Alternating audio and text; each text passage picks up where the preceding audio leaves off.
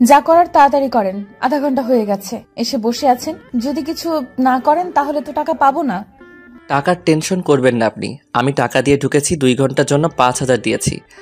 তাহলে কিছু করতেছেন না কেন? আসলে কোনোদিন পতিতালয়ে আসিনি, আর আমার কিছু করার ইচ্ছা নাই।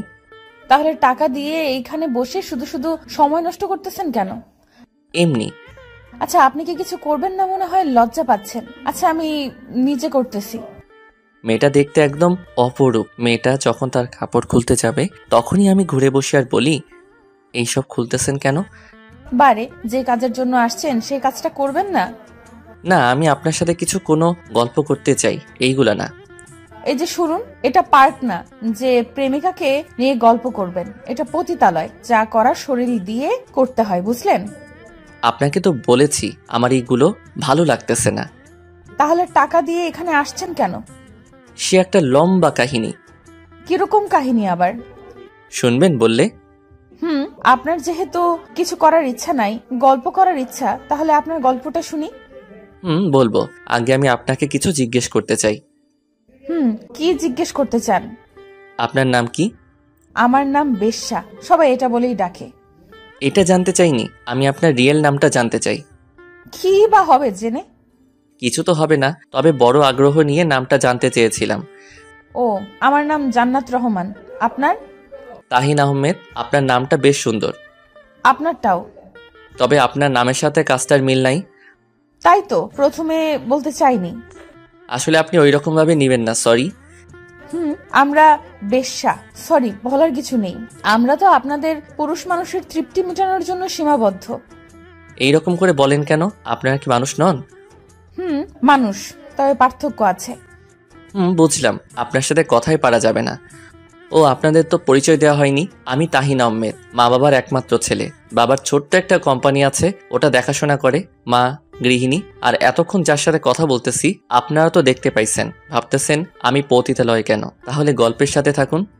এত পুরুষের সাথে রাত কাটিয়েছি, কিন্তু কেউ কোনো দিন আপনি করে কথা বলেনি। কেউ তুই তুকারি করতো না, আর কেউ কেউ তো বেশ্যা, বাজারের মেয়ে এইগুলো বলতো। কিন্তু আজকে প্রথমে কেউ এত সম্মান দিয়ে কথা বলতেছে, অবাক করা বিষয়।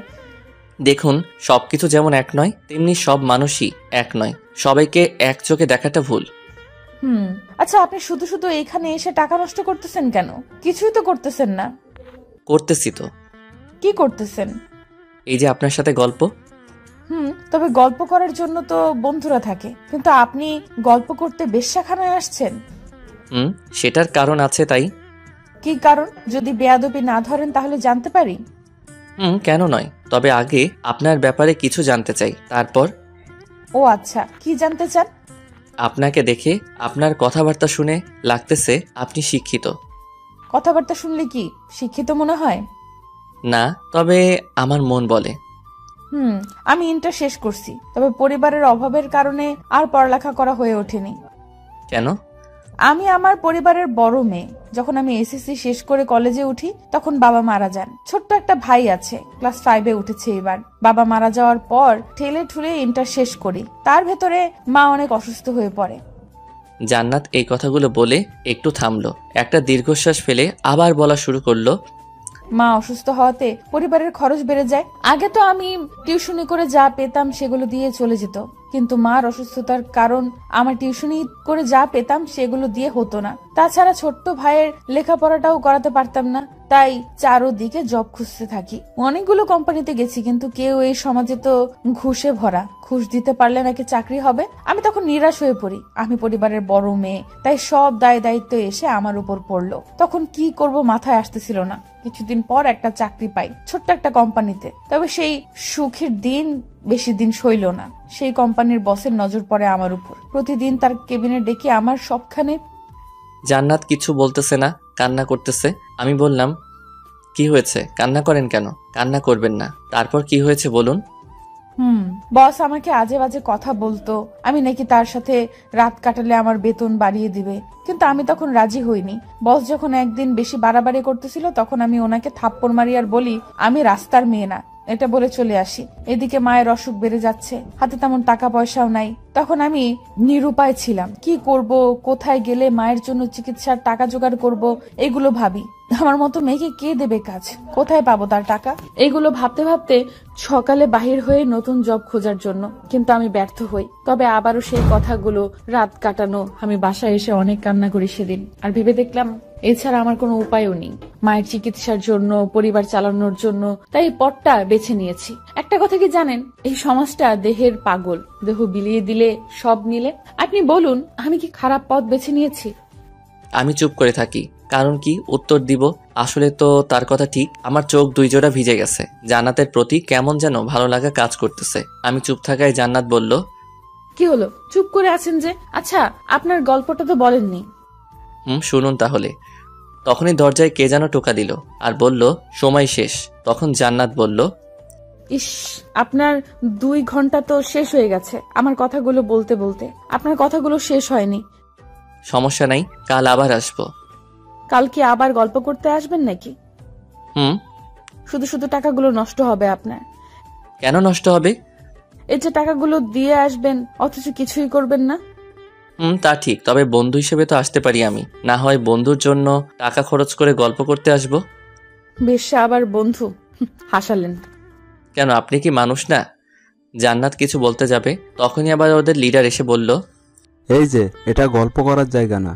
টাকা দিয়ে যতক্ষণের জন্য নিছেন ততক্ষণ, বুঝলেন বাবু? আমি আর কিছু বললাম না। জান্নাতকে বলে আসলাম আসার সময় আমি কাল আবার আসবো।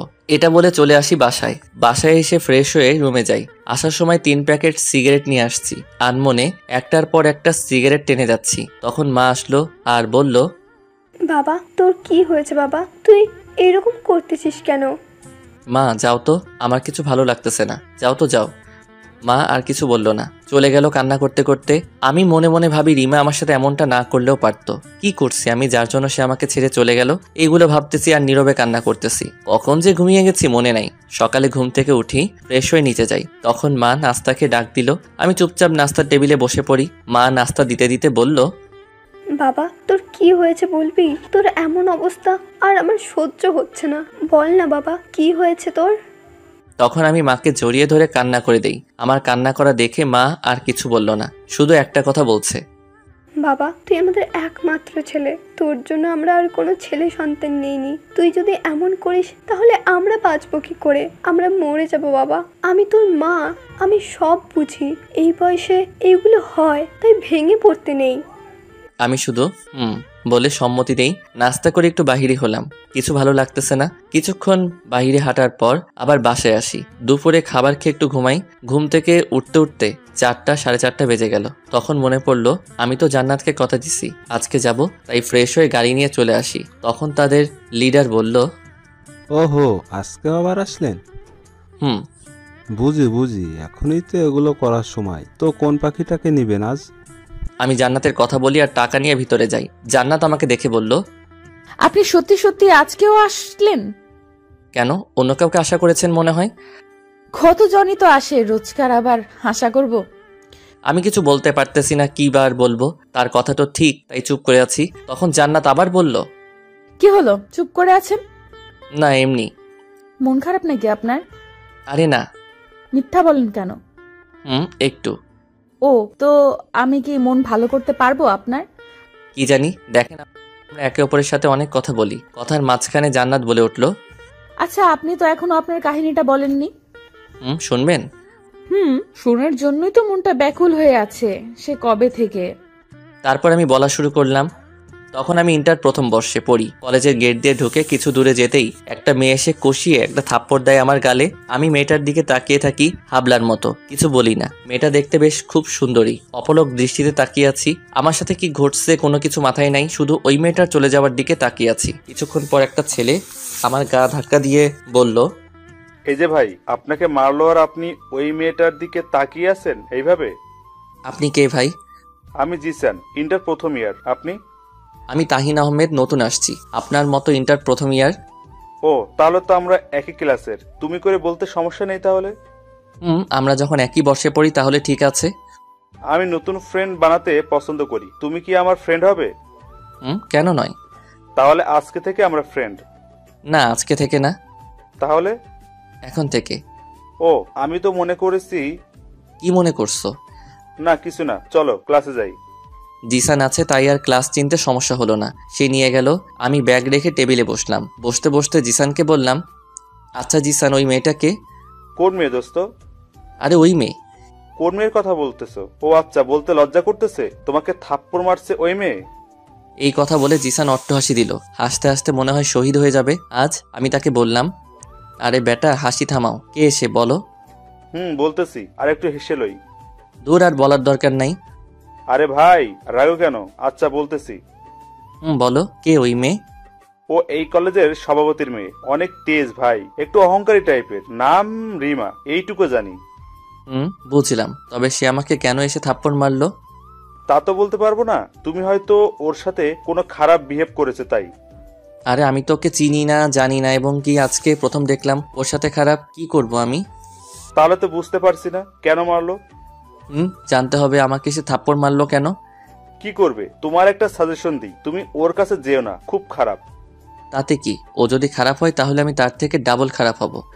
কিছুক্ষণ পর ক্লাস শুরু হলো। ক্লাস শেষ করার পরে জিসানের যত বন্ধু আছে সবার সাথে পরিচয় করিয়ে দিছে। পরিচয় পর্ব শেষ করে আমি জিসানকে ডেকে বললাম, জিসান চলো ওই মেয়েটার কাছে যাই। কোন মেয়ে?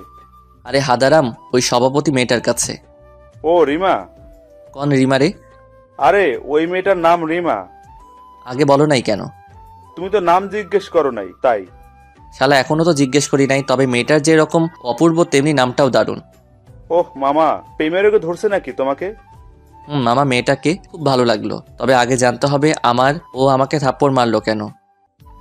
তাহলে চলো। তারপর ক্যান্টিনে আসলাম। এসে ওই মেয়েটাকে খুঁজি। অনেক খোঁজাখুঁজির পর দেখলাম সে তার বান্ধবীদের সাথে একপাশে আড্ডা দিতেছে। আমি রিমার কাছে যেতেই কষিয়ে একটা থাপ্পড় দেই। থাপ্পড়টা এত জোরে দেই যে সবাই হা করে আমার দিকে তাকিয়ে আছে। আমার থাপ্পড় খেয়ে রিমাও যখন আমাকে থাপ্পড় মারতে যাবে তখন আমি তার হাতটা ধরে ফেলি আর বলি, এই যে শুনেন, এটা সরকারি গালা না যে থাপ্পড় মারবেন। আর হ্যাঁ, আপনাকে থাপ্পড় দিলাম কেন জানেন? আমি কলেজে ঢোকা মাত্র আপনি আমাকে এসে থাপ্পড় দিয়ে চলে গেছেন। এটা হলো তার হিসাব। তুই আমাকে চিনোস? আরে আপনি আবার কোন খ্যাতের মূলা? আর সুন্দরভাবে কথা বলুন, না হলে আমিও জানি কিভাবে ঠিক করতে হয়। তোকে আজকে আমি কলেজ ছাড়া করব। তুই আমাকে চিনোস না।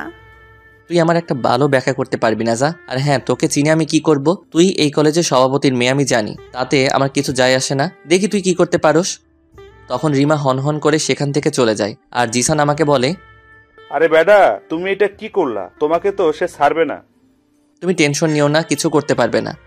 জিসান আর কিছু বললো না। দুইজনে সেখান থেকে রওনা দিলাম বাসার উদ্দেশ্যে। জিসান জিসানের মতো চলে গেল, আমি আমার মতো চলে আসলাম। বাসায় এসে ফ্রেশ হয়ে নিলাম, কিছু খেয়ে দিয়ে একটা ঘুম দিলাম। বিকেলে ঘুম থেকে উঠে একটু ঘুরতে বাহির হই। কিছুক্ষণ ঘোরাঘুরি করে বাসায় আসলাম। বাসায় এসে পড়তে বসলাম। পড়তে পড়তে রাত 10টা বাজে যায়। মা খেতে রাখলো। রাতের খাবার খেয়ে ঘুমিয়ে পড়লাম। সকালে ঘুম ভাঙলো ঘড়ির অ্যালার্মে। অ্যালার্ম বন্ধ করে ফ্রেশ হয়ে নিয়েও কিছু খেয়ে চলে যাই কলেজের উদ্দেশ্যে। কলেজে ঢুকবো তখনই কিছু লোক এসে আমাকে পিছন থেকে মারতে শুরু করলো। আমার মাথায় জোরে বাড়ি দেওয়ার কারণে আমি বসে পড়ি। বসা থেকে উঠতে পারতেছি না। তখনই দেখলাম রিমা আসলো আর ফিলফিল করে হেসে বলল, কি রে ওর? ও তুই তো উঠতে পারবি না। ও বেচারা। তুই? আমি। তাহলে চিনতে পারছোস? আমি তো মনে করছি চিনতে পারবি না। বলেছিলাম না আমার সাথে লাগিস না। এখন বুঝতেছিস আমি কি? কেউ তোকে সাহায্য করতে আসবে না। এই কলেজে আমি যা বলি সেটাই হয়। রিমার কথা শুনে আমার রাগটা আর কন্ট্রোল করতে পারলাম না। আমি বসা থেকে উঠে সবাইকে মারতে লাগলাম। আমার খেয়াল নাই যে আমার মাথায় আঘাত পাইছি, কারণ তখন আমার তীব্র রাগ উঠছে। সে কারণে এক এক করে সবগুলোকে পিটাই। তারা 4 থেকে 5 জন হবে।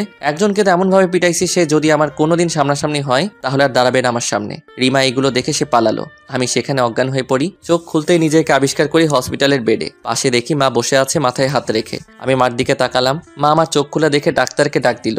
আর ডাক্তার আসলো, এসে বলল, এখন ঠিক আছে, মাথায় একটু আঘাত পাওয়াই অজ্ঞান হয়ে পড়েছে। আপনারা চাইলে ওনাকে বাসায় নিয়ে যেতে পারেন, আর আমি কিছু ওষুধ লিখে দিয়েছি, এইগুলো 1 সপ্তাহ খাওয়াবেন। ডাক্তার এইগুলো বলে বাহির হয়ে যায়। ডাক্তার বাহির হওয়ার পর মা বলল, বাবা তোর এই অবস্থা কে করছে? বাদ দাও মা। বল তুই কে করছে এই অবস্থা? তোর বাবাকে বলে শায়েস্তা করব। আরে মা, বাবাকে বলার দরকার নাই। কলেজে আন্দোলন চলতেছিল কি নিয়ে, আমি সেখানে যাই। দেখতে কে যেন মাথায় বাড়ি মারছে। হয়তো অন্য কাউকে মারতে গিয়ে আমার মাথায় পড়ছে। তুই দেখছিস ওইখানে ঝামেলা হচ্ছে, তাহলে যাওয়ার দরকার কি ছিল? মা, একটু দেখতে গেছিলাম কি হচ্ছিল। মা আর কিছু বলল না, আমাকে বিকালবেলা নামিয়ে দেই, বাসায় চলে আসি। এইভাবে দেখতে দেখতে চলে যায় 1 সপ্তাহ। আর হ্যাঁ, জিসান আসছিল আমার বাসায় আমাকে দেখতে, আর একটু হলে তো মাকে সব বলে দিত। ভাগ্যিস আমি ইশারা করছিলাম না বলতে মাকে কিছু। আজকে কলেজে যাব, সকালে নাস্তা করে বাহির হলাম কলেজে, গিয়ে জিসানের সাথে দেখা হয়। তখন জিসান বলল, দোস্ত, তোকে রিমা ডাকছিল, সে বলছে তোর সাথে নাকি কিছু কথা বলবে। ও হ্যাঁ জিসান আর আমি এখন অনেক ক্লোজ হয়ে গেছি। আমার সাথে কি কথা আবার? গেলে জানতে পারবি, আমি তো জানি না। আমি আর কিছু না বলে দুইজনই ক্লাসরুমে যাই। ক্লাস শেষ করে ক্যান্টিনে যাই রিমার সাথে দেখা করতে। গিয়ে দেখি সে তার বান্ধবীদের সাথে আড্ডা দিতেছে। আমাকে দেখে কাছে আসলো আর বলল, কি করেছে বলি, বুঝতে পারতেছি না। কি বলবেন আর, সেদিন তো মার খাইয়ে আমাকে ভালোই লাগলো। এখন কি করার ইচ্ছে আছে বলেন, আমি আপনার সেই ইচ্ছেটা পূরণ করে দিতেছি। ছি ছি, এইগুলো কেন বলতেছেন? তাহলে কি বলবো, কিছু তো বলার জন্য রাখেন নাই। ওই দিনের জন্য আমাকে ক্ষমা করে দিবেন। আপনার সাথে উঠে যাওয়ার পর থেকে আমি অস্থির হয়ে পড়ি, কোনোদিন কারোর জন্য এমন হয় নাই। সত্যি আমি ওই দিনের জন্য সরি, প্লিজ আমাকে ক্ষমা করে দিবেন। আমি রিমার কথা শুনে বোকার মতো দাঁড়িয়ে আছি। তখন জিসানকে বলি, এই জিসান, আমাকে একটা চিমটি দে তো, আমি কি স্বপ্ন দেখতেছি নাকি সত্যি? আমি বলা মাত্র জিসান এমনভাবে চিমটি দিল, আমি চেঁচিয়ে উঠলাম। আমাদের এই কাণ্ডগুলো দেখে রিমা বলল, সত্যি দেখতেছেন আপনি? তাহলে তো ভালো। আচ্ছা, আমার একটা কথা মাথায় ঢুকতেছে না, যার ভিতরে এত অহংকার জেদ, সে আমার কাছে ক্ষমা চাচ্ছে, এটা তো মানতে পারতেছি না আমি। আমি অহংকারী, সবাই বলে। আপনি আমাকে ক্ষমা করে দিবেন প্লিজ, তা না হলে আমি নিজেকে ক্ষমা করতে পারবো না। আচ্ছা যান, ক্ষমা করে দিলাম। বললে হলো নাকি আমি কি করে বিশ্বাস করব আমাকে ক্ষমা করেছেন? আরে আজব, আপনি আপনার ভুলটা বুঝে ক্ষমা চাচ্ছেন, এতে বিশ্বাস করার বা না করার কি আছে? আছে তো। কি আছে? আমি জানি আপনি ক্ষমা করেন নাই আমাকে। আরে ভাই, সত্যি আমি আপনাকে ক্ষমা করে দিছি, কি করে বুঝাই? তাহলে ফ্রেন্ড হবেন? যদি ফ্রেন্ড হন তাহলে মনে করব ক্ষমা করছেন। আর এটা কি রকম লজিক? ও মা, আমি কি লজিক দিচ্ছি নাকি? আপনার লজিক মনে হলো। আচ্ছা বাদ দেন, আমি যাই এখন। আমার আনসারটা তো দিলেন না। কিসের আনসার? ও মা, আপনি তো দেখি ফুলক টাইপের মানুষ, এখন বললাম আর বলা মাত্র ভুলে গেছেন। আচ্ছা আমি যাই, পরে জানাবো, লেট হয়ে যাচ্ছে, বাসায় যাব। এই যে শোনেন শোনেন বলছি। আমি আর কোনো কিছু না বলে কিছু না শুনে চলে আসলাম। প্রতিদিনের মতো জিসানের বাসায় চলে গেল, আমি আমার বাসায় এসে ফ্রেশ হয়ে নিলাম। প্রতিদিনের মতো এসে ঘুম দিলাম একটা। আজানের শব্দে ঘুম ভাঙলো। ঘুম থেকে উঠে ফ্রেশ হয়ে নামাজ পড়তে চলে গেলাম। নামাজ পড়ে এসে কিছু নাস্তা করে নিলাম, খেয়ে দিয়ে পড়তে বসলাম। কিছুক্ষণ ফোন টিপি আর কিছুক্ষণ পড়ি, এইভাবে পার হলো রাতটা। সকালে ঘুম ভাঙলো মার ডাকে। মা বলল, এই যে নবাবের ছেলে, আর কত ঘুমাবি? কলেজে যাবে কখন? মা উঠতেছি। মা চলে গেল। আমি উঠে ফ্রেশ হয়ে নিচে গেলাম, কিছু খেলাম না, অনেক দেরি হয়ে গেছে, তাই কলেজে চলে আসলাম।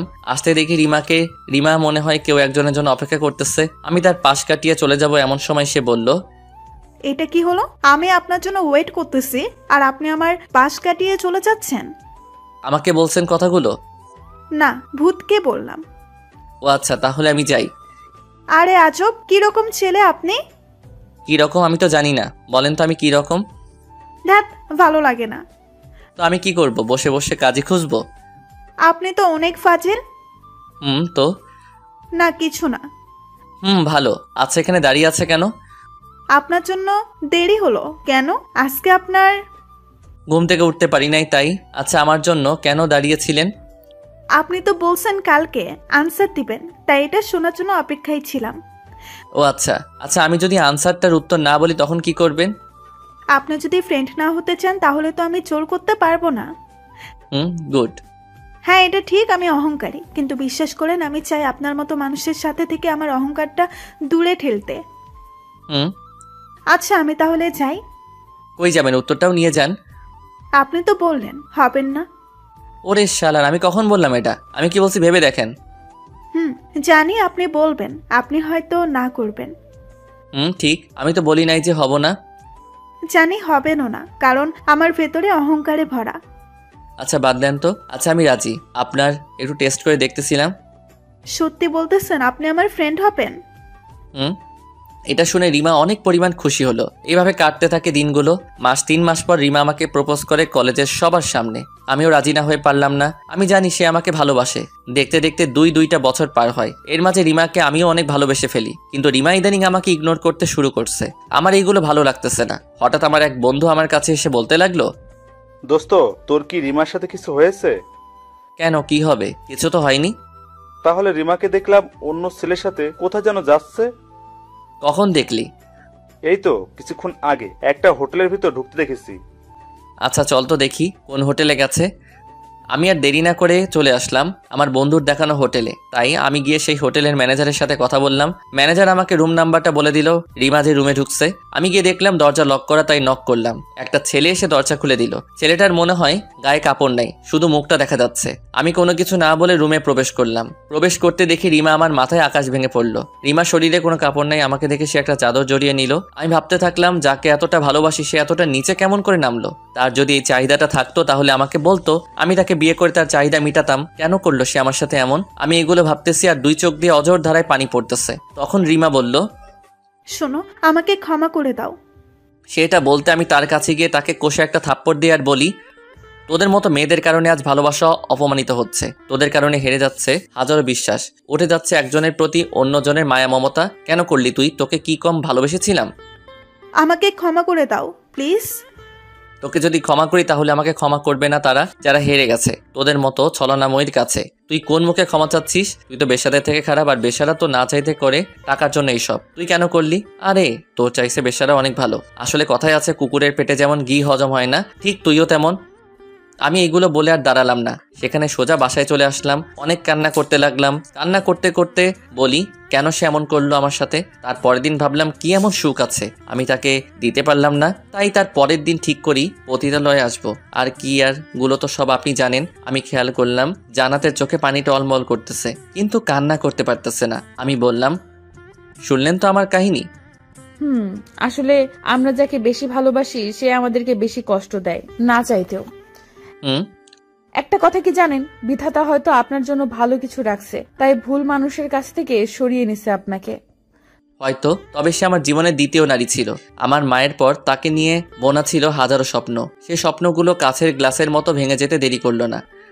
যা হয়েছে ভুলে গিয়ে নতুন করে স্বপ্ন সাজান। আপনি অনেক ভালো মনের মানুষ, আপনার সাথে ভালো কিছু হবে ইনশাল্লাহ।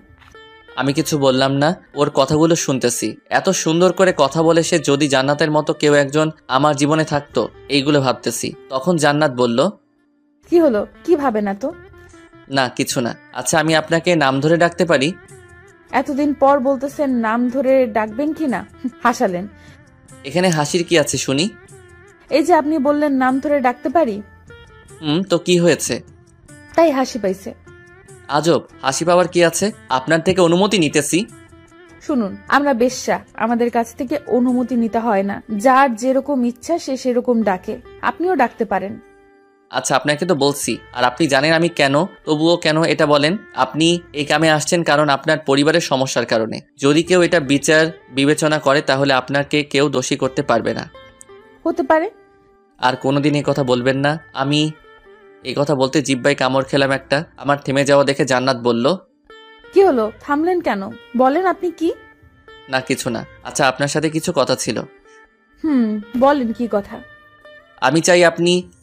আর কিছু বলতে পারলাম না, দরজায় টোকা পড়ল। বুঝলাম আমার সময় শেষ। আমি জান্নাতকে বললাম আসার সময়, আচ্ছা আজকে যাই, কালকে আসবো, সবকিছু বলবো। আপনার অপেক্ষায় থাকবো। আমি চলে আসলাম বাসায়। বাসায় এসে সেই প্রতিদিনের মতো খাটে হেলান দিয়ে সিগারেট ধরালাম। তখনই জান্নাতের মায়া ভরা চেহারাটা ভেসে উঠল। আমি আর সিগারেট টান দিলাম না, ফেলে দিলাম। শুয়ে আছি আর ভাবতেছি, আচ্ছা আমি কি জান্নাতকে পছন্দ করতে শুরু করছি? মেয়েটার প্রতি এত মায়া লাগতেছে। আচ্ছা তাহলে আমি কি তাকে ভালোবাসতে শুরু করতেছি? মেয়েটার তো কোনো দোষ নাই, সে তো নিষ্পাপ, সে আমার কাছে পবিত্র। সে তো নিজ ইচ্ছায় এইগুলো করতেছে না, খারাপ সময়ের কারণে করতে বাধ্য হয়েছে। আচ্ছা আমি কাল যাব, দেখি তাকে বলে দেখব সে কি বলে। সে যদি আমার কথায় রাজি হয় তাহলে ভালো হবে। এইগুলো ভাবতে ভাবতে কখন যে ঘুমিয়ে পড়ছি মনে নাই। ঘুম থেকে উঠলাম সকাল 9টায়। ফ্রেশ হয়ে নিচে এসে নাস্তা করে নিলাম। আর ভাবতেছি আজকে বাবার অফিসে যাব, সেখানে কিছু সময় কাটিয়ে জান্নাতের কাছে যাব। চলে আসলাম বাবার অফিসে। আমাকে সবাই দেখে সালাম দিতে লাগলো। আমি বাবার কেবিনে গেলাম। বাবা আমাকে দেখে বলল, আজ কোন দিক থেকে সূর্য উঠলো? কেন কি হয়েছে? সূর্য তো প্রতিদিনে যেই দিকে উঠে সেই দিকেই উঠছে। তবে তোর সূর্যটা আজ কোন দিক থেকে উঠলো রে বাবা? বাবা বাদ দাও তো এইগুলা। যে ছেলেকে আমি নিজে বলে আনতে পারি না আমার অফিসে, সে আজ নিজে আসলো, এটা তো বলার কথা। আচ্ছা তাহলে চলে যাচ্ছি। আরে কই যাস? আরে এত রাগ করস কেন? আচ্ছা কি জন্য আসছস বল। না এমনি আসলাম ঘুরতে।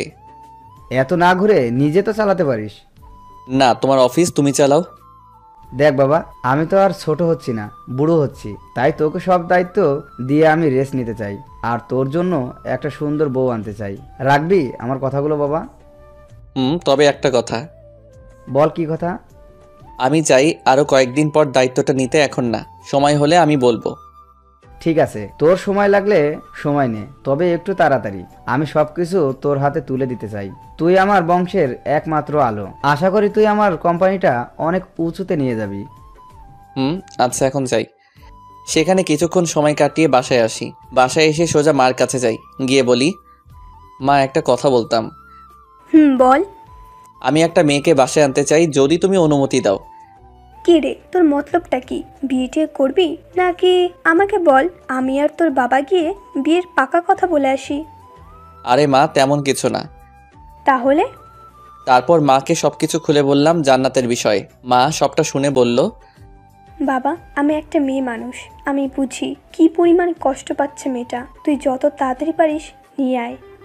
তারপর কিছুটা সময় বাসায় পার করে বিকালে চলে গেলাম জান্নাতের কাছে। জান্নাত আমাকে দেখে বলল, আপনি আসছেন? শুনুন, আমি কিছু কথা বলবো, মন দিয়ে শুনুন। কি কথা বলেন? আমি বলা শুরু করলাম, আমি চাই আপনাকে এইখান থেকে নিয়ে যেতে। আমি আমার মাকে আপনার কথা বলছি, মা আপনাকে নিয়ে যেতে বলছে। আপনাকে মুক্ত করতে চাই এই কলঙ্ক অভিশাপ থেকে। আমার কথা শুনে জান্নাত বলল, শুনেন, কলঙ্ক যখন লেগে গেছে সেটা আর তোলা তো যাবে না। কথায় আছে, কয়লা ধুইলে নাকি ময়লা যায় না। আমিও সেরকম। কেন নিজেকে এইভাবে রাখছেন? প্লিজ আমার কথাটা শুনুন। আমি চাই না কারো করুণায় বাঁচতে। আজ হয়তো করুণা হচ্ছে আমার জন্য, কালকে ঠিকই আঙুল দিয়ে দেখিয়ে দিবেন। আপনি আমার কথা বুঝতেছেন না কেন? আমি আপনার সব দায়িত্ব নিব, আপনার পরিবারের। আর আপনি যদি চান আমার অফিসে চাকরি করতে পারবেন। এটা কোনো করুণা না, আপনার যোগ্যতা দিয়ে আপনি চাকরি করবেন। কি করব চাকরি করে? আর এটা ভালো আছি, তাছাড়া তো নিজের সবটুকু বিলিয়ে দিছি। কি বা আছে আমার? সমাজের কাছে আমি এখন একটা বেশ্যা, খারাপ মেয়ে। আপনি হয়তো বলবেন না, কিন্তু অন্যরা ঠিকই বলবে। আচ্ছা আমি বলতেছি, কেউ আপনাকে কিছু বলবে না, আমি সেই ব্যবস্থা করব। চলেন। আমি জান্নাতকে কিছু বলতে না দিয়ে জান্নাতকে নিয়ে আসলাম তাদের লিডারের কাছে। আর আমি লিডারকে বলি, আমি ওকে নিয়ে যাব। এটা কেমন কথা? বললে হলো? এমনি এমনি তো দেবো না, আমি ওকে টাকা দিয়ে কিনছি। নিয়ে যেতে হলে টাকা দিয়ে নিয়ে যান। দিব। আমি ওকে একেবারের জন্য নিয়ে যাব। কত টাকা লাগবে? আরে বাহ বাহ, এই সেমলি সাহেবরে কি দেখাইছস? তোরে একেবারে নিয়ে যেতে চাচ্ছে। আচ্ছা সাহেব, একেবারে যখন নিয়ে যাবেন তাহলে আমাকে 35,000 দিতে হবে, তাহলে নিয়ে যান। এই নেন 40,000-এর চেক, 5,000 বাড়িয়ে দিলাম।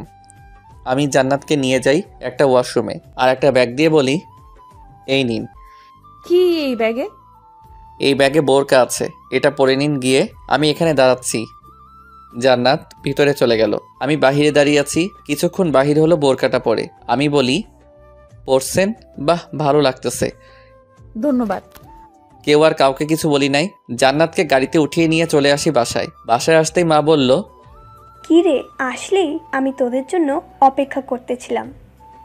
মা ভিতরে ঢুকাবে নাকি বাহিরে দাঁড় করিয়ে রাখবে? ভিতরে আয়। তারপর আমি জান্নাতকে নিয়ে বাসার ভিতর ঢুকলাম। জান্নাত আমার পিছনে বাসায় ঢুকে জান্নাত বাসার সবখানে দেখতে লাগলো, আর আমাকে বলল পিস পিস করে, আচ্ছা, এটা কি আপনাদের বাসা? কেন, কি মনে হয়? না, এত বড় বাসায় বেশি মানুষও দেখতে পারছি না, তাই বললাম। ও আচ্ছা, কেউ থাকে না। আমি, আম্মু, আব্বু আর একটা চাচা আছে। মোট আমরা 4 জন থাকি। কি বলেন? এত বড় বাসায় মাত্র 4 জন থাকেন? এখন থেকে আপনি সহ 5 জন হয়েছে।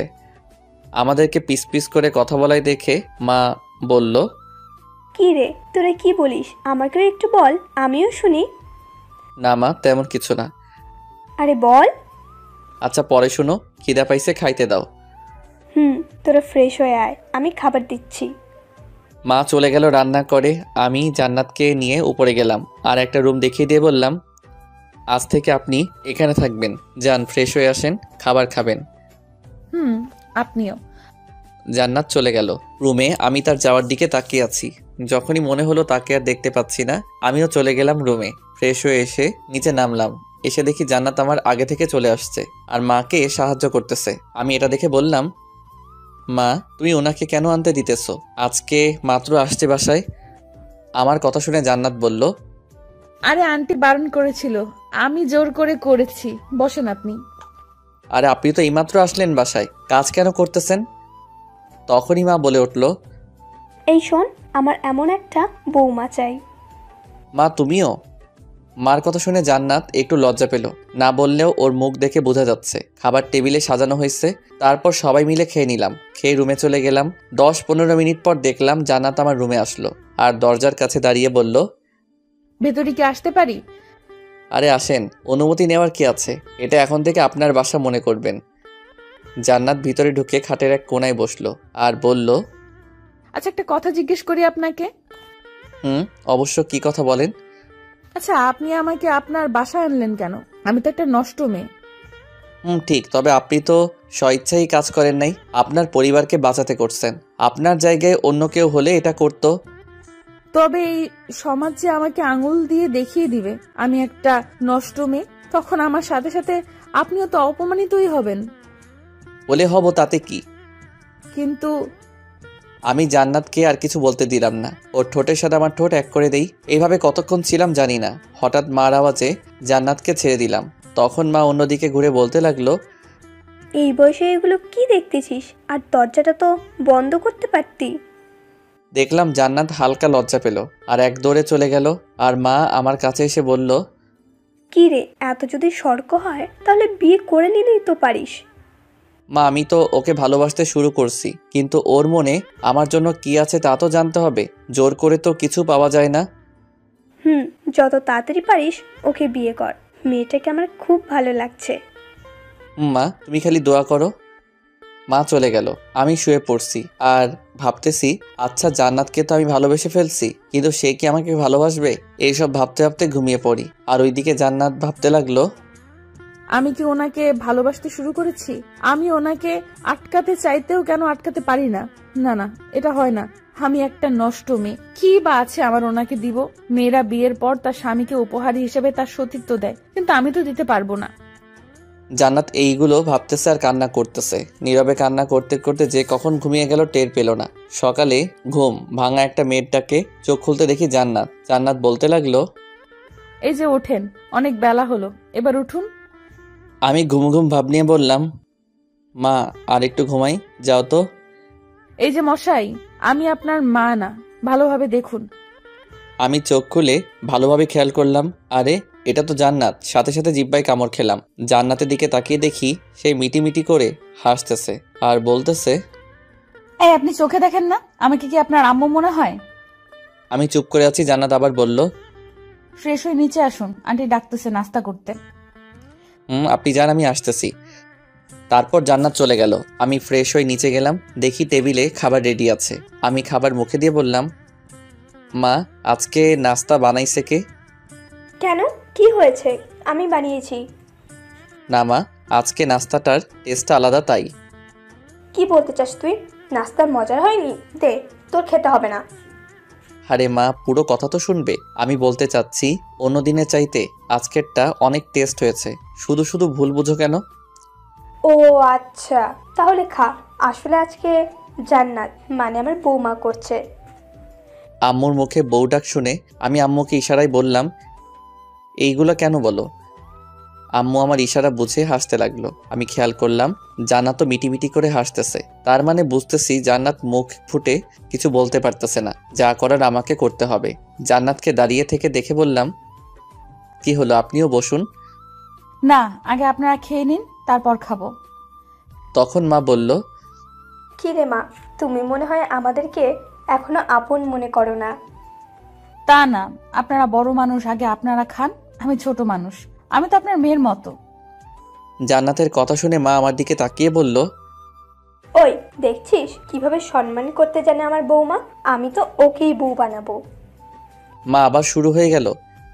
মা আমার কথার জবাব না দিয়ে জান্নাতকে ডেকে পাশে বসিয়ে জিজ্ঞেস করে বসলো, মা, আমি চাই তোমাকে আমার ছেলের বউ বানাতে। তোমার কোনো আপত্তি নেই তো? না, তবে আমার আম্মু আর ভাই আছে। আপনি আমার আম্মুর সাথে কথা বলেন, ইনশাল্লাহ আম্মুও রাজি হবে। আচ্ছা, তাহলে আজকেই তোমার বাসায় যাব, তুমি সহ। আম্মু আমার বাসায় না যাওয়ার চিন্তা আছে। আচ্ছা, তাহলে আমরা কিছুক্ষণ পরে রওনা দিব তোমার বাসার উদ্দেশ্যে। মা এটা বলে আমাকে বলল গাড়ি বাহির করতে। কি করব? আর নাস্তা সেরে রুমে গেলাম, দেখি জান্নাত আসলো। এসে আমাকে বলল, আপনার সাথে কিছু কথা ছিল, অনুমতি দিলে বলবো। বলেন কি কথা? আমি জানি আপনি আমাকে করুণা করে আপনার বাসায় ঠাঁই দিয়েছেন, কিন্তু আপনার আম্মু এগুলো কি করতেছে? আপনি আমাকে বিয়ে করে সুখী হতে পারবেন না? আমি তো একটা নষ্ট মেয়ে, কি দিতে পারবো আমি আপনাকে? কি আছে বা আমার কাছে? যে সম্পদটা রাখছিলাম নিজের বিয়ের পর স্বামীকে দিতে, সে সম্পদটাই তো নেই। আর আপনি তো সব জানেন, তাহলে আপনি তখন বললেন না কেন আপনি আমাকে বিয়ে করবেন না? আচ্ছা আমি বলি নাই মানলাম, কিন্তু আপনি কেন বলছেন আপনার আম্মুর সাথে কথা বলতে? কি করব তাহলে? আমি যদি এটা না বলতাম তাহলে আন্টি মনে কষ্ট পাবে। ভালো তো, কথা জানেন। আচ্ছা একটা কথা বলি। বলেন। আসলে আমি আপনাকে ভালোবেসে ফেলছি, আর আমি আপনাকে কোনো করুণা করি নাই। আর কি বলছেন আমাকে বিয়ে করলে কি দিবেন? আমি কি আপনার থেকে কিছু চাইছি? শুধু একটু ভালোবাসা চাই। আর একটা কথা জেনে রাখুন, আপনি আমার কাছে একদম একটা ফুলের মতো পবিত্র। আচ্ছা আমাকে কি আপনি একটু ভালোবাসা দিতে পারবেন না? জান্নাত আমার কথা শুনে কান্না করে দিল আর আমার বুকে ঝাঁপিয়ে পড়ল, যে তার জন্য আমি মোটেও প্রস্তুত ছিলাম না। আমি বললাম, এই কেউ দেখে ফেলবে, ছাড়ো।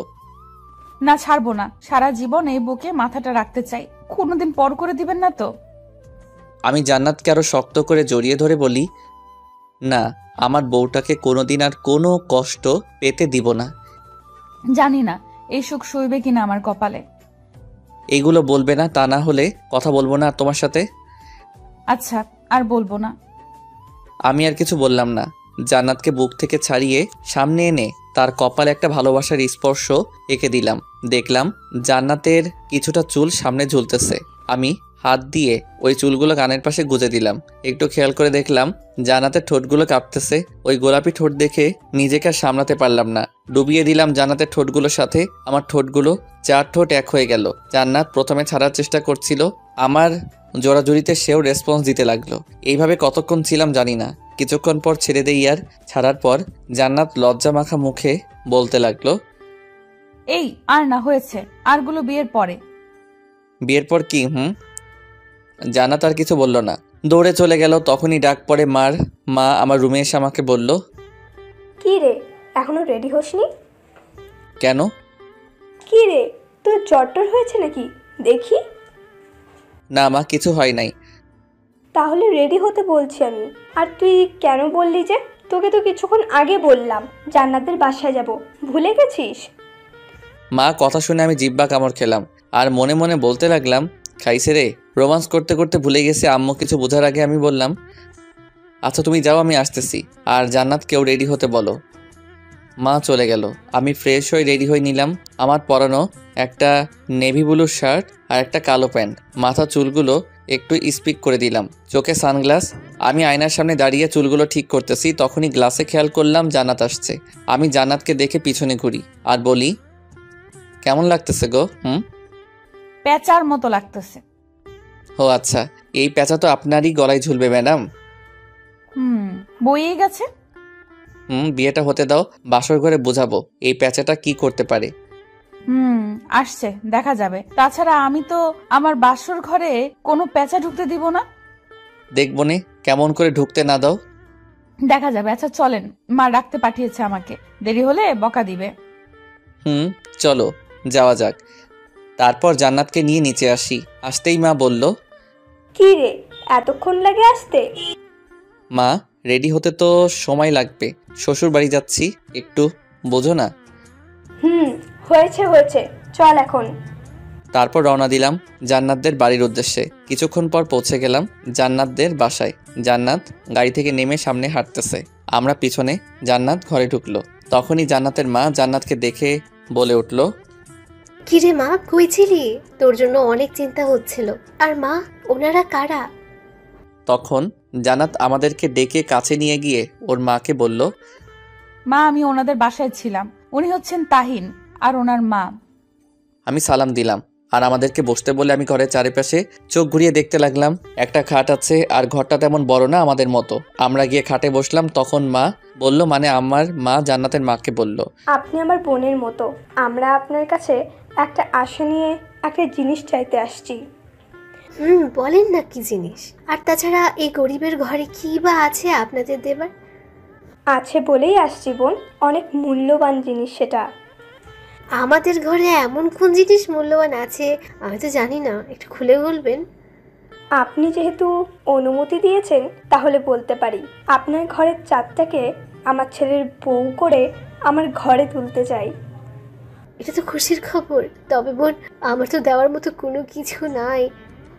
আমাদের কিচ্ছু লাগবে না, আল্লাহর রহমতে আমাদের কোনো কিছুর অভাব নেই। শুধু আপনার চাঁদের টুকরো মেয়েটাকে আমার মেয়ে করতে চাই। আপনি কি দিতে রাজি আছেন? আমি আর কি বলবো, ওরা দুজন যদি রাজি থাকে তাহলে তো আলহামদুলিল্লাহ। ওরা রাজি আছে আর ওরা একে অপরকে ভালোবাসে। আলহামদুলিল্লাহ। আচ্ছা, বিয়ের ডেটটা পরশুদিন দিলে কেমন হয়? আপনার যা ভালো মনে হয়। ওনারা কথা বলতেছে, আলহামদুলিল্লাহ আমার বিয়ে ঠিক হয়ে গেল। এই যে পাঠক পাঠিকারা, উপহার ছাড়া কেউ বিয়ের দাওয়াত খেতে আসবেন না। কম করে হলেও আমাদের ভবিষ্যৎ ছেলেমেয়ের জন্য একটা করে খেলা নিয়ে আসবেন। মজা করলাম একটু। ওইদিকে দেখি লজ্জায় জান্নাতের মুখ টমেটোর মতো লাল হয়ে গেল।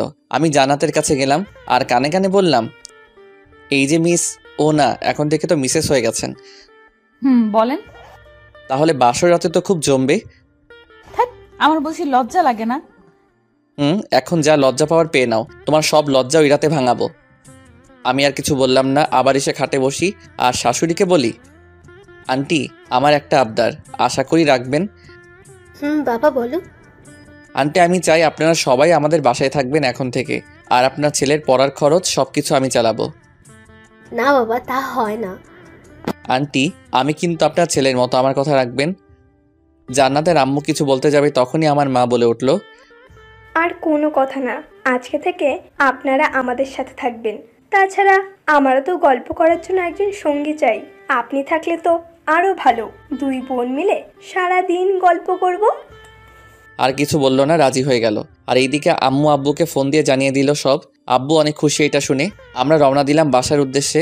সাথে জান্নাতের মা আর আমার ছোট্ট শালা বাবুটাও আছে বাসায়। পৌঁছে গেলাম। আমি রুমে গিয়ে ঢুকে ওয়াশরুমে ঢুকবো, তখন দেখি জান্নাত রুমে আসলো। আমি জান্নাতকে দেখে বললাম, কি হলো, তুমি ফ্রেশ না হয়ে রুমে চলে আসছো? কেউ দেখলে কি ভাববে? কে আবার কি ভাববে? না মানে আমাদের তো এখনো হয়নি। মানে কি? মানে হচ্ছে, আমি কিছু না বলে সোজা গিয়ে জান্নাতকে জড়িয়ে ধরি। জান্নাত তো আমাকে শক্ত করে তার বুকের সাথে মিশিয়ে নেয়। এখন কি ভাবছেন আপনারা, বাংলা সিনেমার মতো গান হবে? না হবে না, এখন আরো রোমান্টিক হবে। আমরা একে অপরকে জড়িয়ে ধরে আছি। জান্নাতের গরম নিঃশ্বাসটা আমার বুকে এসে রাখতেছে। আমার মনে একটা শয়তানি বুদ্ধি আসলো, তাই সেটা কাজে লাগাতে লাগলাম। আমি জান্নাতকে সুরসুরি দিতেছি, তখন জান্নাত আমাকে চিমটি দিল অনেক জোরে। তখন আমি আহ করে উঠলাম। আমার আহ করা শব্দ শুনে জান্নাত বলল, এই তোমার ব্যথা লাগেনি তো? না লাগেনি। সরি। কাছে আসো। না যাও, ফ্রেশ হয়ে নাও, অনেক দুষ্টু হয়ে গেছো, আমি গেলাম। এটা বলে জান্নাত চলে গেল। আমি গিয়ে ফ্রেশ হয়ে নিলাম। ফ্রেশ হয়ে এসে নিচে যাব, তখন ভাবলাম একটু জান্নাতের রুমে যাই, দেখি পাগলিটা কি করতেছে। যেই ভাবা সেই কাজ। চলে আসলাম জান্নাতের রুমে। এসে দেখি দরজাটা খোলা। আমি ভিতরে গেলাম, গিয়ে কাউকে দেখতে পারতেছি না। আর একটু সামনে যেতেই পানির আওয়াজ আসতেছে। বুঝতে পারলাম জান্নাত ওয়াশরুমে। দেখি জান্নাত বাহির হচ্ছে। তখন আমি গিয়ে এক কোণে লুকিয়ে পড়ি। আমি দেখতে লাগলাম জান্নাতকে।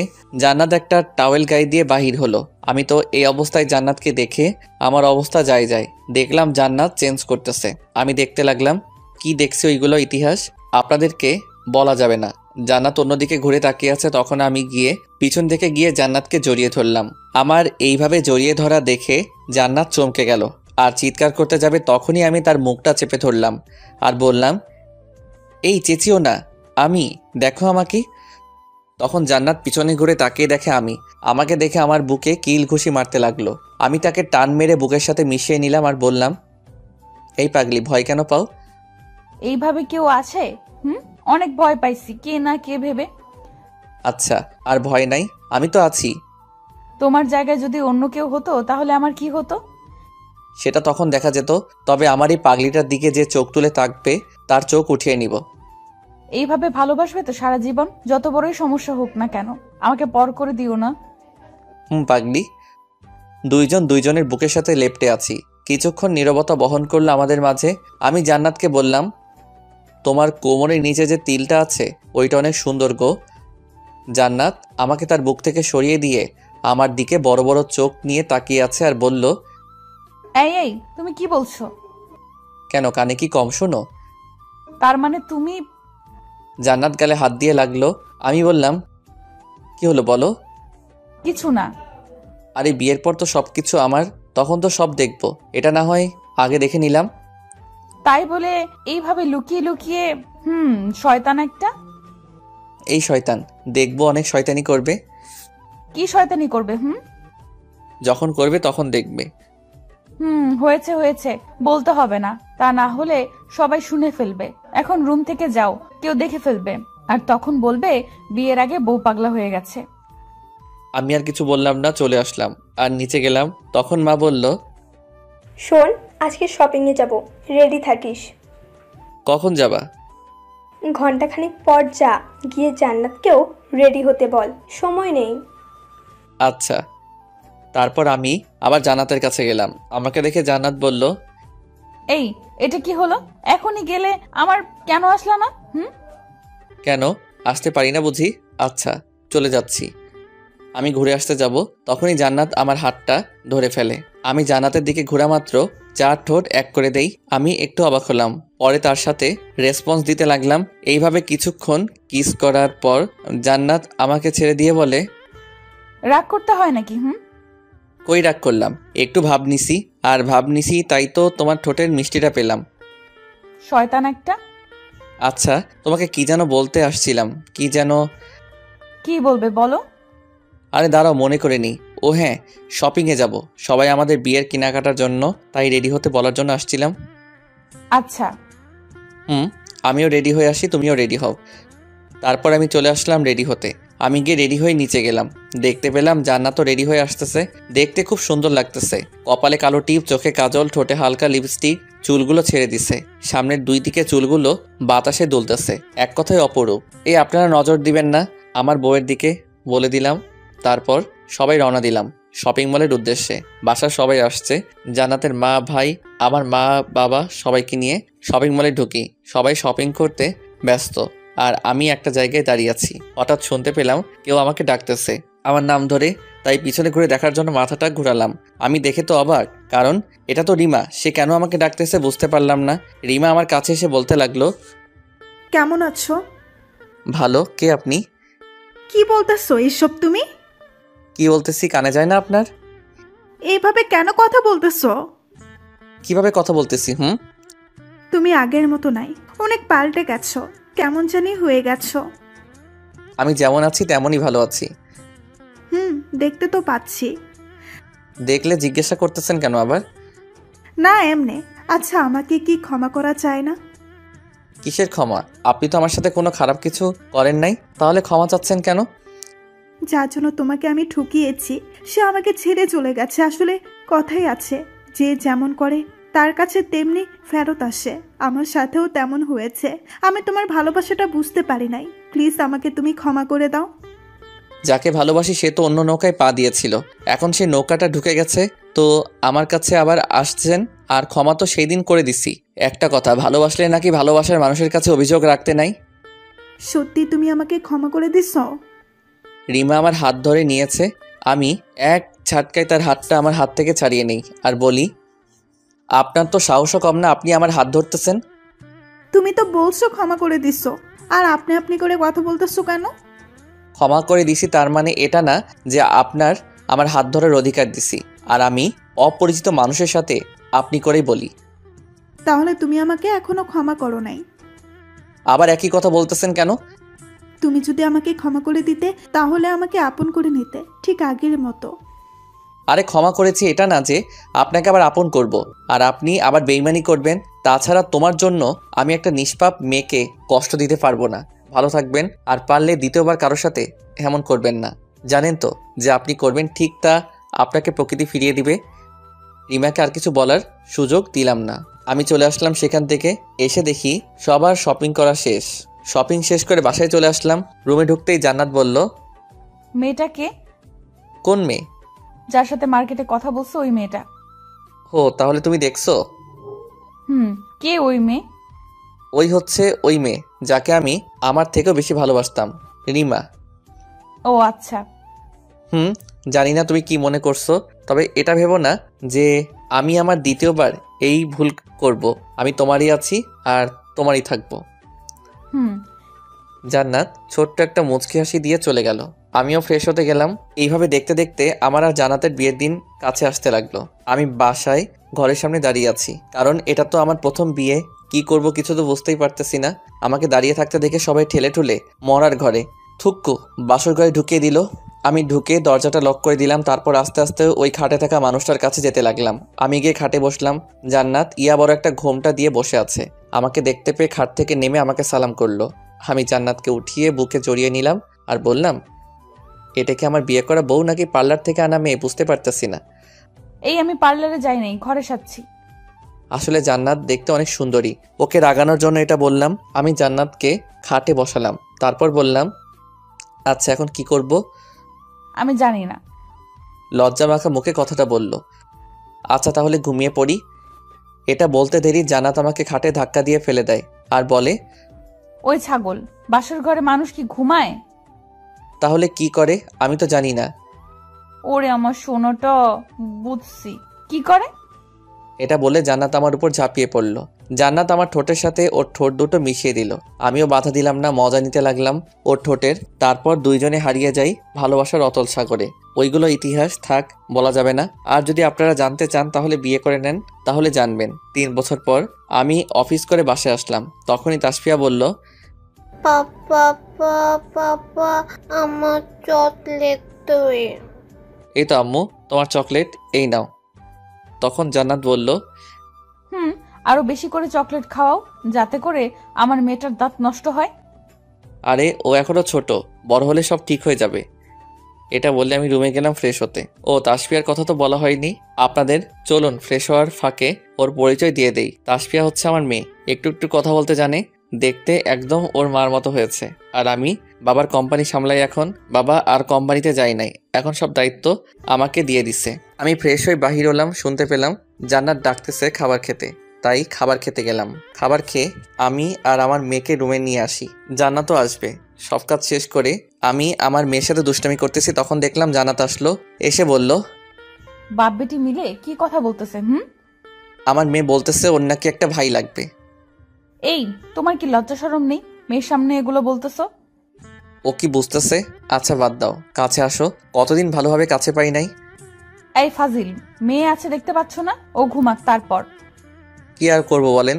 তাসফিয়াকে ঘুম পাড়ালাম আর জান্নাতকে আমার কাছে আনলাম আর বললাম, ওই কতদিন ভালোভাবে আদর খাই নাই, আজকে সব মিটিয়ে নিব। তারপর চলে গেলাম তাসফিয়ার জন্য একটা ভাই আনার জন্য। আবারও হারিয়ে গেলাম নতুনভাবে ভালোবাসার সাগরে।